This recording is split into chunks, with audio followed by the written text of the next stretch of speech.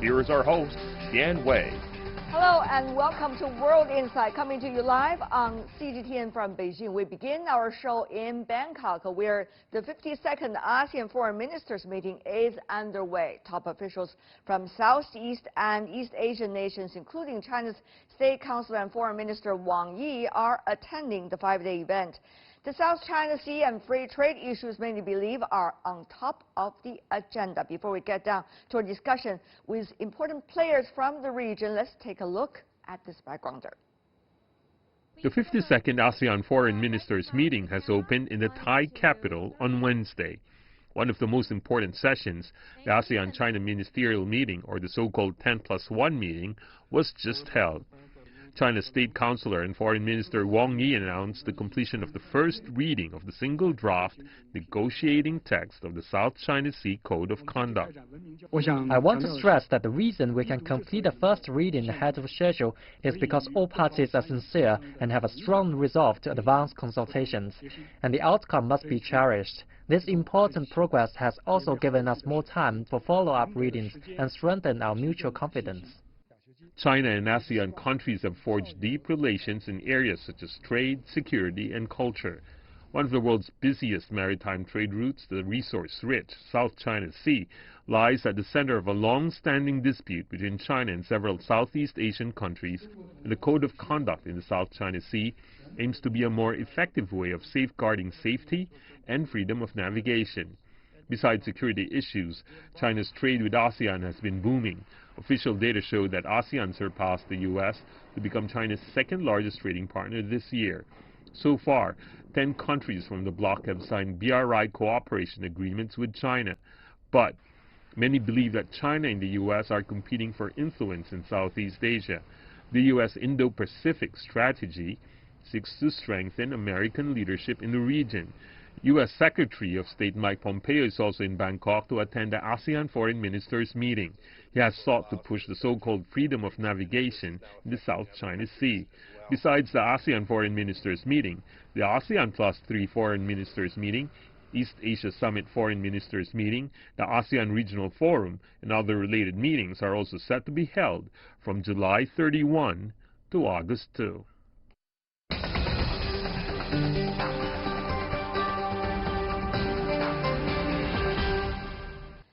So what is on the agenda? How will the foreign ministers from the region figure out a blueprint for the region's future? Let's ask our panelists. In Bangkok, we have Professor Thitinan Pongsudhirak, who is the director of the Institute of Security and International Studies at Chulalongkorn University's Faculty of Political Science. In Tokyo, we have Lin Tian-Wai, Senior Research Fellow of the East Asian Institute. He's originally coming from Singapore. In our Beijing studio from China, Rong Ying, Vice President of CIIS, China Institute of International Studies. Gentlemen, welcome to our program. Let me go to you first, Mr. Pongsudhirak. Since it is being held in Thailand, what do you make of some of the possible achievements this meeting could have, but needs big efforts from all sides? Mr. Pongsudhirak? Well, you know, the major hotspots and the most daunting challenges in our region, in our neighborhood, run the gamut from the Korean Peninsula to the East China Sea, South China Sea, even the Mekong region. I think the South China Sea is taking a central role here because I think there's been some progress. At the same time, everything that's taking place here in Bangkok operates or functions under the shadow of the U.S.-China rivalry and competition, and the U.S.-China trade dispute and U.S.-China technology conflict and so on. This has far-reaching ramifications for Southeast Asia. And I think the region, ASEAN, is trying to play a broker and a buffer role. From the ASEAN summit recently, the 34th summit, there's an ASEAN outlook on the Indo-Pacific. And now they're trying to make more progress to come to agreement on the South China Sea, but also on the RCEP, for example. Professor Lin Tian-Wai, let me ask you about that too. I mean, obviously, the U.S. is talking about Indo-Pacific this is the Asia-Pacific region, as most of the nations would recognize. However, that is the U.S. strategy. Meanwhile, China has been working with its partners around the region on the Belt and Road Initiative. Your original country, Singapore, is one of those participating, together with many other ASEAN members as well. So how do you see this, what some believe as competing strategic blueprint for the region to cooperate with two of the largest economies in the world? I think if you flip open the dailies of Southeast Asian newspapers today, you will see that there is a keyword that seems to be found across the dailies, newspapers. And one of the keywords would be cooperation. And it appears that ASEAN countries are keen to deepen cooperation with China. As your program has mentioned, ASEAN has become a very important trading and investment partner with China.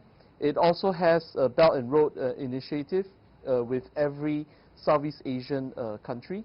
And so I think there's a lot of sort of attention on how to deepen trade and investments. And in this sense, also to deepen and economic relations through RCEP, as well as other economic initiatives, including the Chinese interest in the smart cities in ASEAN. So I think the accent is on economic cooperation, and so this appears to be a defining feature of the current ASEAN-China talks that's going on.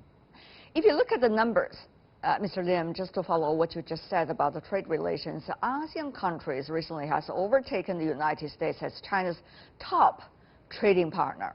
In 2018, total volume of trade between China and ASEAN countries hit a record high of more than $587 billion, up by a little more than 14% year-on-year. That's higher than China's almost $480 billion trade with the United States, and 4 times more than neighboring nations Japan and South Korea. So obviously a big number over there, but the issue is, Mr. Rong, will trade be the dominating factor defining the relationship, or as geopolitics becoming ever more complicated in the region, it is rather the latter?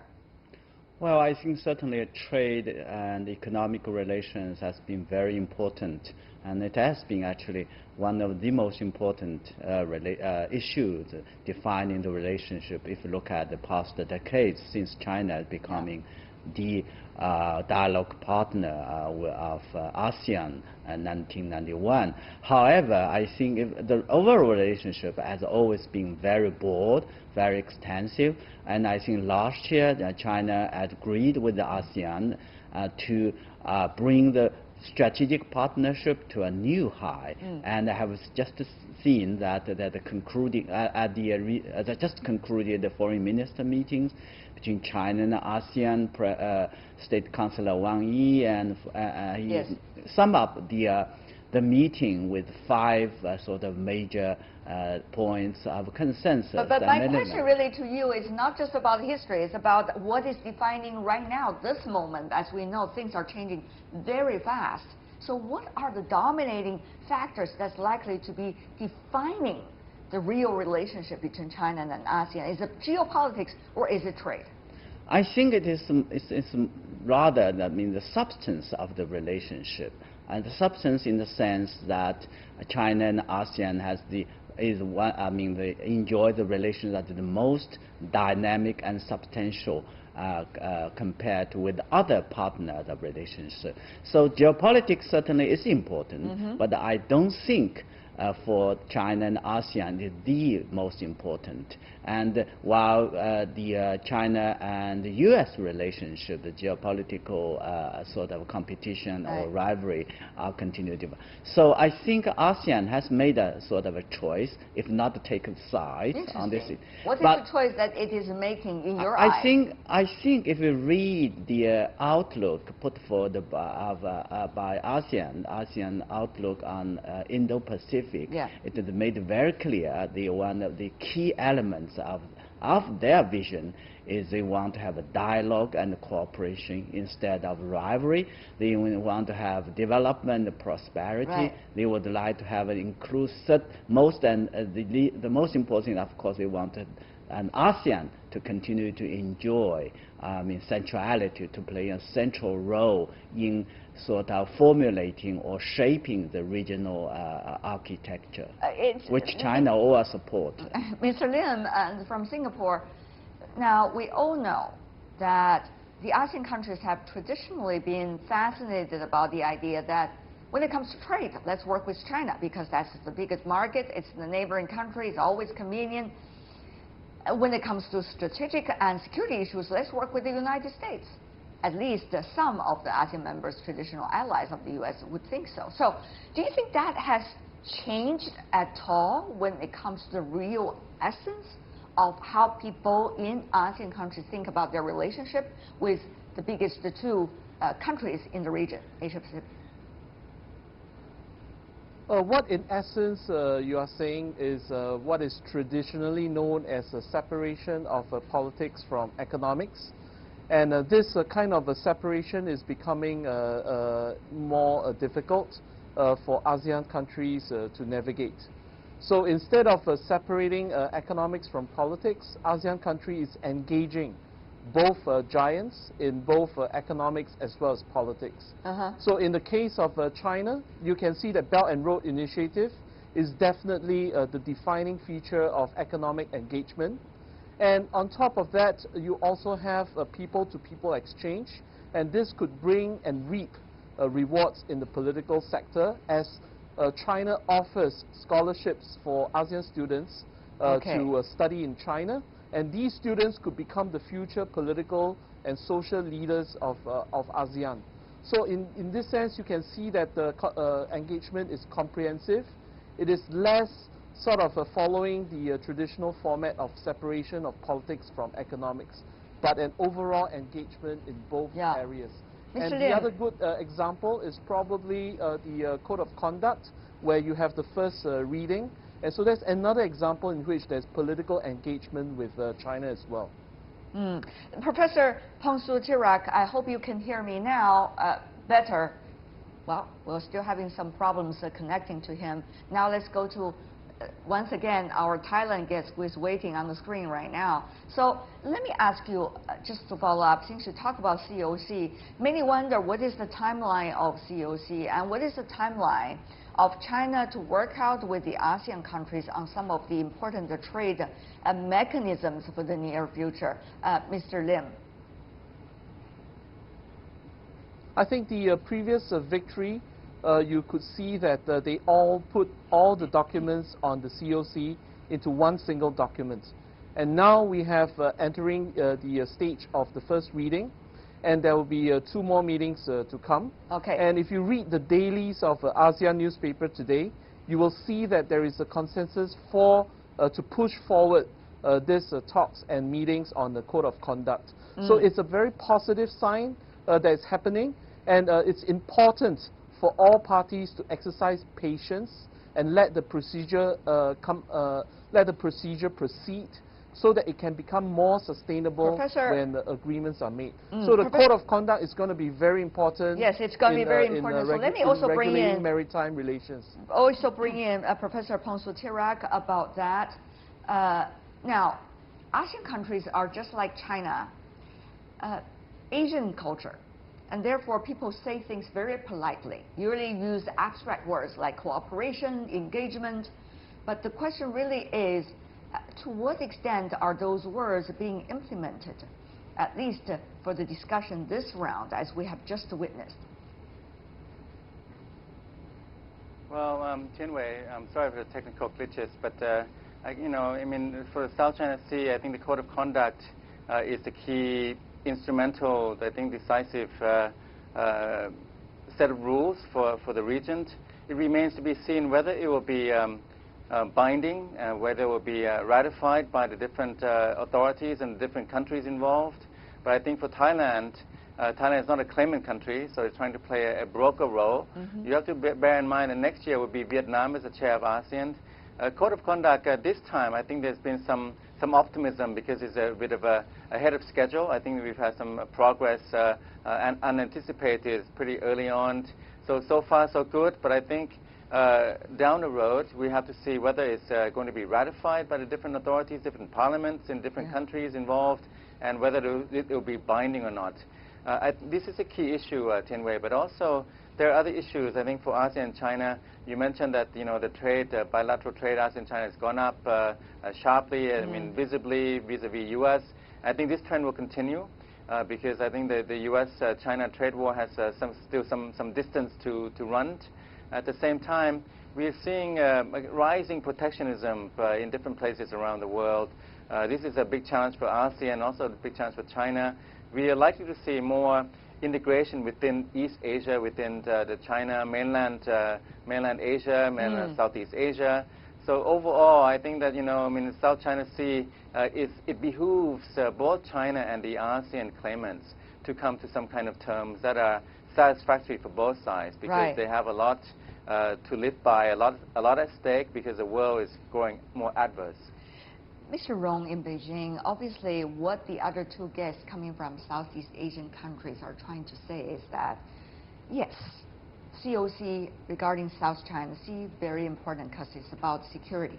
But as things are evolving, there are other priorities really coming up. For example, what's going to be the ways to deal with bullying, or in trade at least, to deal with protectionism, to deal with very different visions of the world in which smaller countries are going to have a hard time arguing for their fair share of the benefits. So, Mr. Rong, do you think other elements of this relationship could be a stronger foundation as we go between China and ASEAN?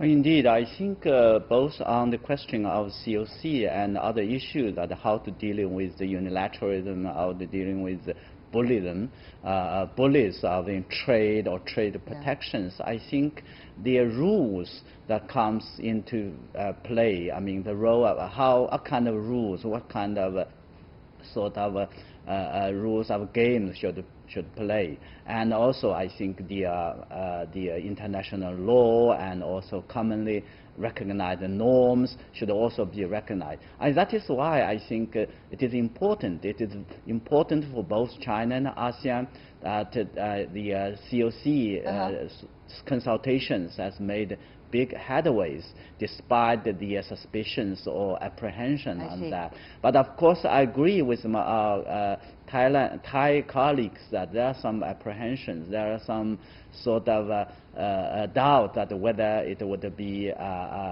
go as planned. I think for me, we should take a holistic view about that, because when talk about COC consultations, we should not forget the implementation of DOCs and also the practical cooperation on the maritime issues.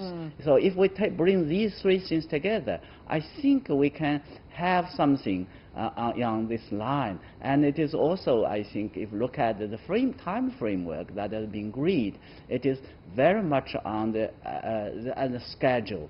The only thing is that I think if you look at the COC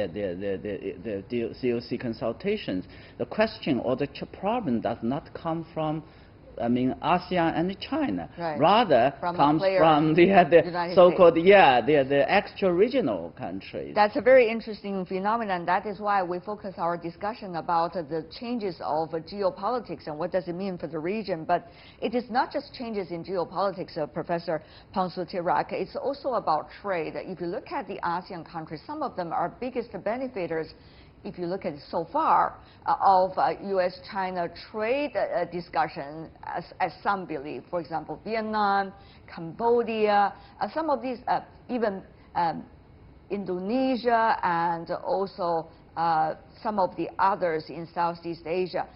For example, some of the manufacturing centers would be shifting from China to these countries. So when it comes to trade discussions, on the one hand, it would demand a fair share of efforts and also of rights, but on the other hand, they are the benefiter of the current round of U.S.-China trade dispute. at least. So how do you see the ASEAN countries coming to consensus among themselves about trade and about how to negotiate about trade with China, with the United States? The ASEAN countries do not want to see the China-US rivalry go too far. It's detrimental for all parties concerned. In the short term, the US-China trade war and also technology tensions, I mean, Chen Wei, I see this now not just as a trade war. It's a kind of a broader non-military war. Yes. It's trade, technology, but it's also culture. I mean, the U.S. is talking about, controlling the Confucius Institutes in America, controlling number of visas for Chinese students and so on. So it's a broader non-military war. For ASEAN states, I think that we don't want a confrontation between U.S. and China to spiral out of control. At the same time, in the short term, there certainly will be trade and investment diversions out of China, out of this trade war. So you can see some companies are leaving China, coming to Southeast Asia. Vietnam has been a major beneficiary, also Thailand, Indonesia, Malaysia to some extent. So short, medium term, I think some ASEAN economies will stand to benefit from these trade and investment diversions. But in the medium and longer term, I think we all will suffer. So I think somehow we have to persuade both the major superpowers here not to go too far. Washington, I think now, with the Secretary Pompeo's big speech this coming Friday, they will, I think, put some resources behind the FOIP, the Indo-Pacific Strategy, and looks like the U.S. will ramp up and continue to push back more aggressively against China. You have the BRI on one side, you have the FOIP on the other side. This is something that in Southeast Asia we are very apprehensive and alarmed by. We don't want the rivalry to go too far and get out of control. Mr. Rong, having said that, though, the ASEAN countries are having some very different views. We could see that very clearly from the statements that they put out before the meeting happened. So how is China dealing with the division within ASEAN? Let's just face it, it's a reality of life in ASEAN countries. So how is China going to deal with that? Is China going to engage with different countries and at the same time with ASEAN as a whole? Well, I think China always support and hope that ASEAN will continue to play a central role, and continue to work as a group. That serves the interest, fundamental interest of China. This is always the policy of China, working with ASEAN as a whole. In the meantime, of course, China also attach importance to its bilateral relationship with all the ASEAN countries. So BRI is a very good example. I think we have already, China and ASEAN have all the 10 ASEAN countries have signed the cooperation agreement. Now China, ASEAN working for consulting for a kind of a synergy, to synergize BRI with ASEAN's master plan for connectivity 2025. That has always been an area China and us would like to have with ASEAN, deal with ASEAN as a whole.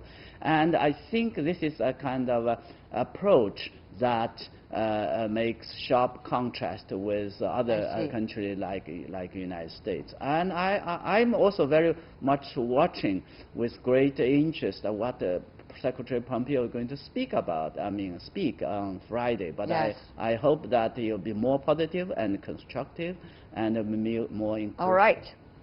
Well, we are running out of time. This is really a fascinating topic. I'm sure it is not just the voice of Mr. Pompeo going to be heard, but also that of course, Mr. Wang, who just made his statements earlier, and also all the foreign ministers coming from various ASEAN countries to see what they have to say and what they have in mind. For now, I want to thank the three of you.